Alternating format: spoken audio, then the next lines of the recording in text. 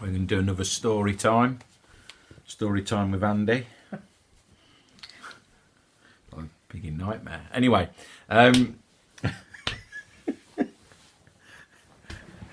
this one's called The Red Mittens. It's really lovely. By Rosalind Hart Finch. Christmas was coming and I was doing some heavy complaining to Mama about pocket money. All the other kids in 5th grade are going to buy their Christmas gifts, I said pointedly when Mama suggested that some homemade gifts are more love-filled than bought ones. How come we always have to be poor? I grumbled. Being poor has nothing to do with giving, said Mama. It's not what you give, but how you give. But I didn't agree. Christmas week was unseasonably warm for Ohio, turning the month-long layers of snow into messy puddles and slush. But things began looking up for me. I had an idea. Early on Saturday morning, I bundled up my 5-year-old brother Dickie, who owned the one and only wagon on the block, jammed my way into my Mackinaw, shoved on my boots and gloves, emptied the wagon of Dickie's junk, and took off with Dickie in it. Across the backyard and through the stubbled cornfield that edged along the rear of our property and spread as far as our eyes could see, I trotted, pulling Dickie and the wagon behind me. The wagon wheels fitted neatly in between the rows of stubble, but pulling Dickie through the half-thawed slush was rough. I was so fired up with enthusiasm for my plan, however, that I scarcely noticed.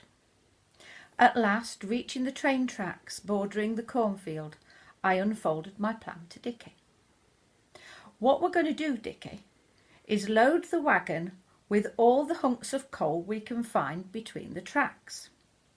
Then we'll take it to the gas station and sell it. A girl in my class says her cousin does it all the time. We're lucky the snow's mostly melted, or we couldn't see it. For money? Dickie's eyes widened. Will I get some too? Sure, I promised. We both will. Oh boy! Dickie scuttled out of the wagon, eager to begin. How'd this stuff get here?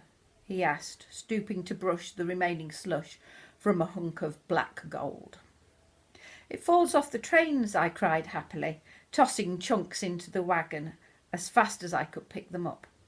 I'd never dreamed there'd be so much. In short order, we had stacked a small black mountain and were headed towards the gas station, Dickie pushing and me pulling. By the time we'd reached the road to the station, Dickie was whining and crying, filled with cold and fatigue. An old woman I'd often seen at church, Mrs. Scott, was out sweeping the slush from her front porch. What's wrong, children? She called. Nothing, I yelled back. My brother's just cold. Why don't you bring him inside by the stove? I could fix you both some hot cocoa. Dickie ran to the offered haven. Much as I'd have loved a little warm and some cocoa, I declined. I was anxious to get the money the coal would bring me. I left Dickie and said I'd be back. Puffing and blowing, I trudged the lead-heavy load the rest of the way alone. My numb feet were stumbling at everything and my fingers burned. My heart hit rock bottom when the gas station man said, "Didn't you notice the weather's turned? We ain't buying any more coal. We're full up." Tears of disappointment stung my eyes as I grabbed the wagon handle and ran back, tears streaming down my face. How I arrived at Mrs. Scott's house again, I don't recall. "Dickie has to go home now," I managed to say, looking down at the ground. "Whatever's the matter, dear?" Mrs. Scott said, drawing me gently inside and wiping my tear-stained face with her apron. "Come by the kitchen stove for some cocoa." Dickie pulled my sleeve.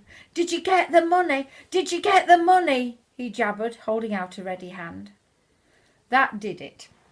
My misery broke loose and I sobbed out my disappointment. There isn't any money. The gas station man wouldn't buy the coal. Dickie hugged my knees in silent commiseration. When I lifted my head to wipe my tears, Mrs. Scott held out a steaming cup of cocoa. What a shame, dear. Dickie told me how hard you both worked. I nodded. I was counting on it for a Christmas present for my class exchange. Mrs. Scott kept shaking her head, clucking sympathetically. Then her concerned face brightened. She hurried over to the cupboard, reached up to the top shelf, and lifted down an ancient yellow teapot.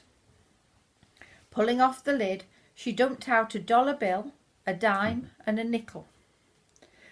Would this be enough to buy your coal? She asked, spreading it out on the table. Money!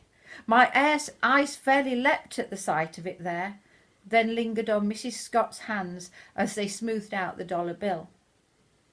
They were red and rough. I raised my eyes for the first time and noticed the patch on her apron, and the faded kitchen curtains, and the newspaper taped to the windows. My heart sank. She couldn't really spare the money for the coal. A pile of bright red mittens sat on the countertop. I looked at them curiously. I just knitted those for our missionary society, she said. Here, try a pair. They were much too big for me, but I didn't let on. They're beautiful, I said, for they were. I bet anyone would love to have them. Staring at the money on the table, I suddenly knew what to say. I'll trade you the coal for a pair of mittens, Mrs. Scott. Would you really like them? Asked Mrs. Scott. I nodded. I think we've made a fine exchange, she beamed as she pulled her sweater about her shoulders. It was chilly away from the stove. Well, I ended up giving one of Mamma's homemade gifts for my class gift exchange that year, and I kept Mrs. Scott's snug red mittens for myself. Her gift warmed my hands all winter long, and more importantly, my heart was warmed whenever I thought of my gift of coal to her. Mamma was right. Love-filled gifts are the best. Mrs. Scott and I had made a fine exchange. Lovely.